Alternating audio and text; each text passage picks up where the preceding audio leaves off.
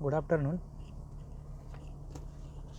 Right now we are at the BJT chapter, that is bipolar junction transistor. Bipolar itself means a current conduction which is occurring due to two, that is electrons as well as holes. In that we have seen emitter, base, corrector, बराबर है. उसमें configuration देखे PNP type BJT और NPN type BJT, emitter की size, emitter का concentration, base, collector, IE equal to IB plus IC equation देखी. NPN type में current conduction होता है ड्यू टू इलेक्ट्रॉन, PNP में करंट कंडक्शन होता है ड्यू टू होल्स. ये सब कुछ देख चुके हैं. साथ ही BJT क्यों बोला जाता है उसे, ये भी देखा है हम लोग ने. BJT के अलग अलग एप्लीकेशन है. उसके बाद देखा हम लोग ने उसमें 3 ही टर्मिनल रहते हैं, तो 2 इनपुट 2 आउटपुट के हिसाब से 4 चीज़ें होनी चाहिए, 4 पोर्ट.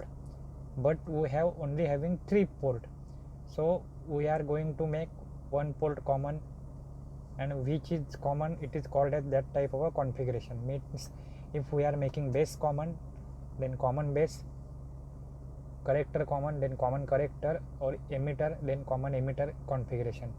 जो चीज़ को कॉमन ट्रीट किया जाता है उसे ग्राउंडेड करते हैं और अदर 2 पार्ट पे इनपुट लेते हैं, दूसरी 2 जगह पे आउटपुट लेते हैं. इनपुट आउटपुट में हमें गिनना क्या है, सिंपली वोल्टेज और करंट. आउटपुट में भी करंट और वोल्टेज गिनना है. उसके ऊपर से उसकी VI characteristic, drain characteristic, input output characteristic हम लोग देख चुके हैं. अभी उसी के अंदर आगे आगे जाते हैं तो हम लोग, हमारे पास एक इक्वेशन आती है हमेशा, IE equal to IB plus IC. Equation आपको एग्ज़ाम में पूछते हैं, अच्छे से पढ़ के रखना. ये देखो, ये है equation IE equal to IB plus IC. ये इक्वेशन आपको ऑब्जेक्टिव टाइप में भी पूछी जा सकती है या फिर थ्योरेटिकल पार्ट में लिखने को और explain and derive an expression, ऐसा भी पूछा जा सकता है. अभी यहाँ पे देखो IE equal to IB plus IC. अभी दोनों साइड पे ये कंसेप्ट हम लोग देख चुके हैं, जहाँ पे बोला था कि IB अगर B की वैल्यू कितनी है, बहुत कम है, तो नियरली इक्वल टू 0 ट्रीट करते हैं. तो IE अभी इक्वल टू है तो वो टाइम पे क्या हो जाता है, नियरली इक्वल टू हो जाता है, बराबर. वेव जैसे जो सिंबल दिखाए थे. यहाँ पे क्या कर रहे हैं अभी हम लोग, dividing both equation by the IC. IE divide by IC, IB divide by IC and IC divide by IC. IC divide by IC क्या हो जाता है, 1 हो जाता है. इसलिए इक्वेशन क्या हुई, IE by IC equal to IB by IC plus 1. Since IC by IE बराबर है, बट अपने पास क्या है, IC बाय IE को क्या बोलते हैं, अल्फा बोलते हैं. जो पहले की इमेज आपको मैंने भेजी उसमें था. IB बाय IC को क्या बोलते हैं, बीटा बोलते हैं, बराबर है. सो यहाँ पे वो उल्टियों की वैल्यू प्लेस करेंगे हम लोग, तो क्या होगा, IC by IE equal to alpha. तो 1 IE बाय IC क्या होगी, 1 बाय अल्फा होगी.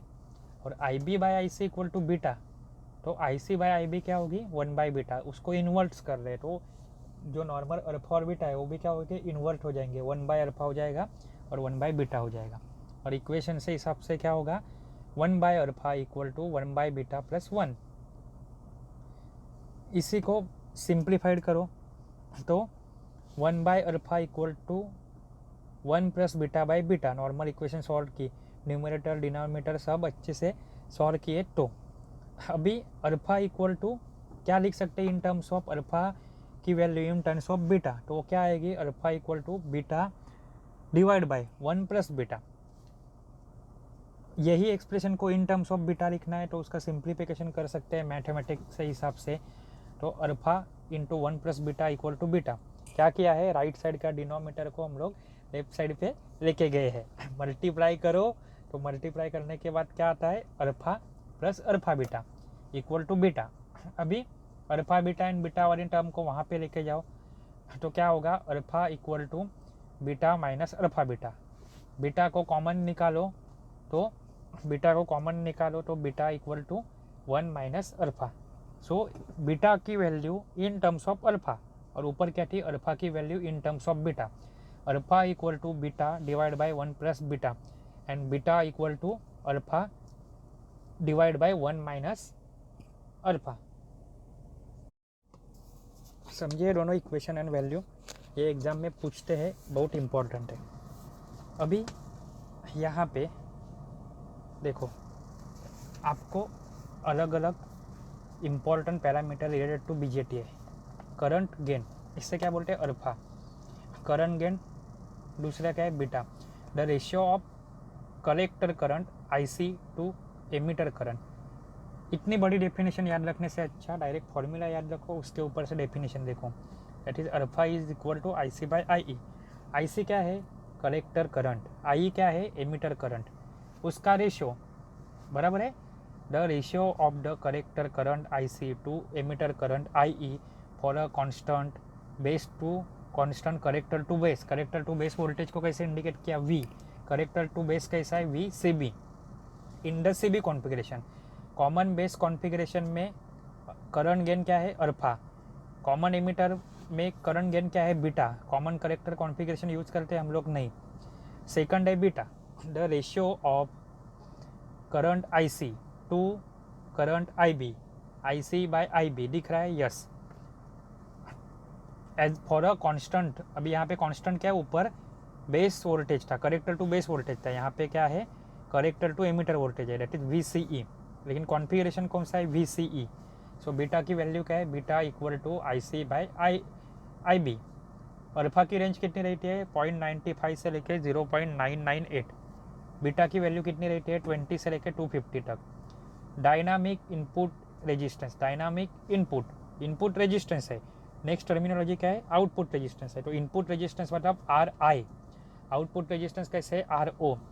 Delta V B E divide by delta I B. अभी डेल्टा मतलब क्या है, change in a V B E, that is base to emitter voltage, divide by delta I B current कितना change होता है, I B मतलब base current, किसके लिए, वी सी ई कॉन्स्टेंट के लिए।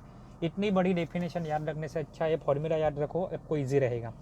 नेक्स्ट क्या है, R O, that is dynamic resistance output वाला, delta V C E divide by delta I C. Delta V C E मतलब क्या है, चेंज इन अ वोल्टेज, कौन सा, कलेक्टर टू एमीटर वाला, divide by delta I C. I C मतलब collector current, vertical line के बाजू में क्या लिखा है, आई वी। चीज़ कौन सी कांस्टेंट रखी है, आई बी, यानी आपका बेस करंट को कांस्टेंट रखा है। नेक्स्ट है breakdown voltage, the maximum value of a reverse voltage. Maximum value किसकी, रिवर्स वोल्टेज की, to the voltage of a collector to the base junction voltage, that is V C B, below which a B J T operation is safe is called as a breakdown voltage. मतलब in short voltage बढ़ते जा रहा है, एक time के बाद वो ख़राब हो जाएगा, सेफ नहीं है, वो छोड़ के नीचे वाला वोल्टेज, वो क्या रहता है, ब्रेक डाउन वोल्टेज, बराबर है। अभी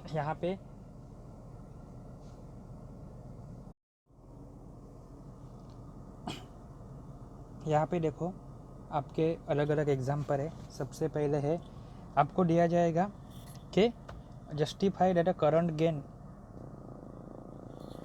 alpha in C B transistor is less than और नियरली इक्वल टू 1। तो एक एग्जाम्पल है।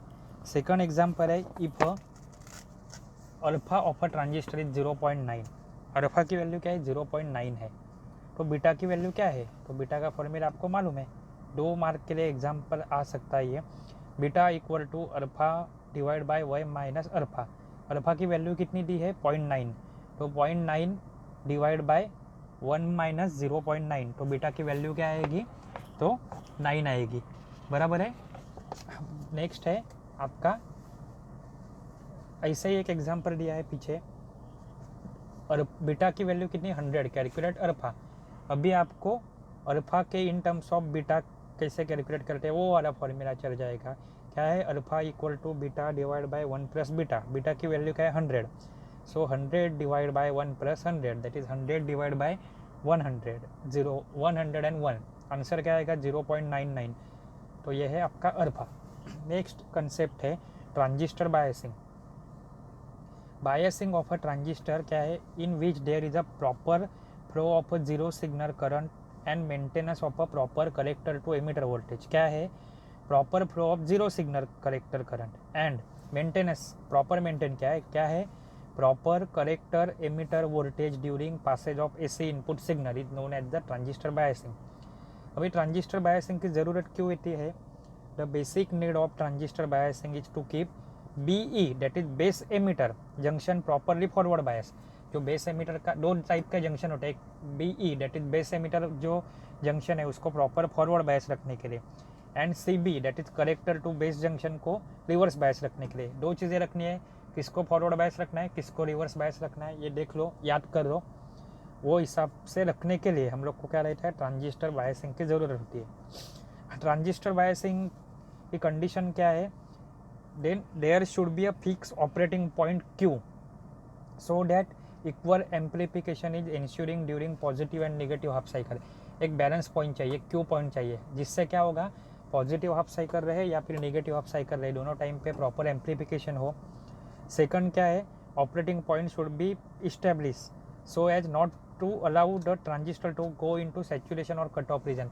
ऐसे पॉइंट सेट करो कि ट्रांजिस्टर को सैचुरेशन में या फिर कट ऑफ रीजन में नहीं जाना चाहिए कभी during peak of the input signal. Next, biasing arrangement should be ensure stabilisation of the operation against shift of temperature variation. Temperature variation होगा तो भी वो वैल्यू फिक्स होनी चाहिए।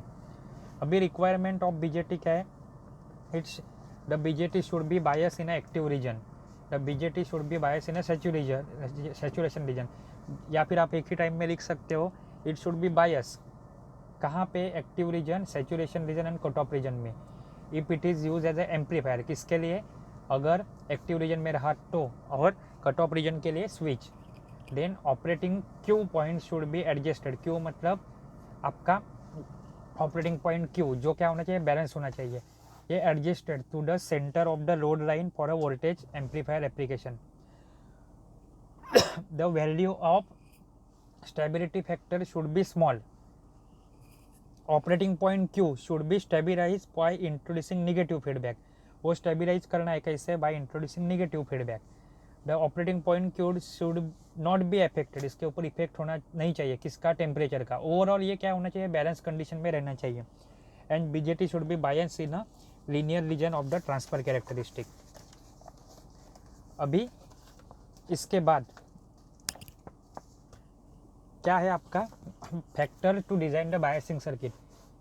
ये एक इम्पॉर्टेंट है, position of the operating point, value of IC that is collector current at a quotient point, the value of every stability factor should be low as possible, forward biasing of BE junction and reverse biasing of the CB junction। ये पहले भी देख चुके हैं हम लोग, कहाँ पे नीड और बायसिंग, ट्रांजिस्टर बायसिंग। नेक्स्ट है maximum output swing without producing any distortion.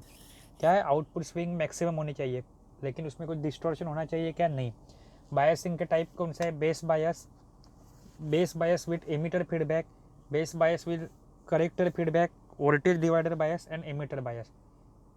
ये चैप्टर आपको बोलता हूँ अभी से जो स्टार्ट हुआ है ट्रांजिस्टर बायसिंग, ये सबसे लास्ट में पढ़ो, लिस्ट प्रायोरिटी पे रखो, बाकी सब अच्छे से पढ़ो। ये पढ़ने जाओगे बहुत टाइम जाएगा, आपका टाइम वेस्ट होते जाएगा, याद कुछ नहीं आएगा, ये आपको कभी लगने वाला भी नहीं है थ्रू आउट डिप्लोमा, और 38 डिग्री में भी बहुत कम लगेगा। सो ऊपर ये पढ़ो अभी से जो कॉन्सेप्ट स्टार्ट हुए हैं वो, लेकिन इसके पहले का आपको अच्छे से पढ़ना है तो भी 70 में से आपको अबव 60 मार्क इजीली मिल सकते हैं। ठीक है, नेक्स्ट लेक्चर में हम लोग देखेंगे DC लोड लाइन एंड आपका फ्रीक्वेंसी रिस्पॉन्स। Thank you.